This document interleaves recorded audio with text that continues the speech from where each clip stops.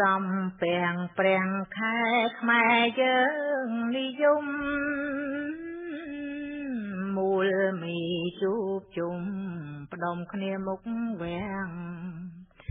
តាមវត្តអារាមមិនដែលផ្លេចភ្លាំងតាមផ្ទាំងទូទាំងក្នុងផ្ទៃប្រទេសបុណ្យបូជាព្រះច័ន្ទកាន់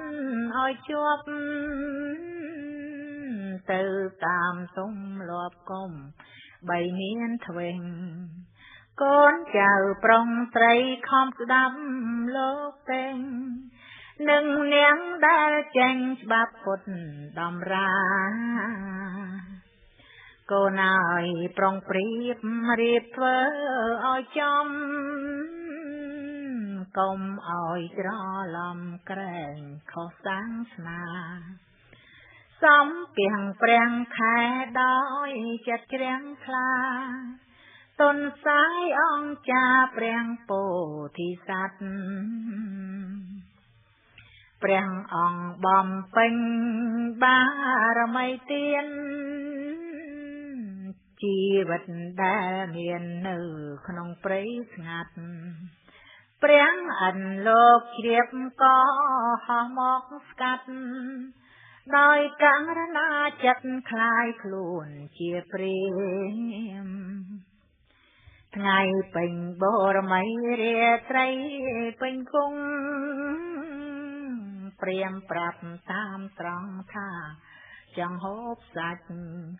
ពេលភ្លើងឆេះឡើងពោ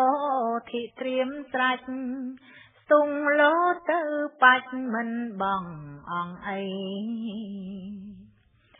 ដោយបុណ្យបារមីនៃជី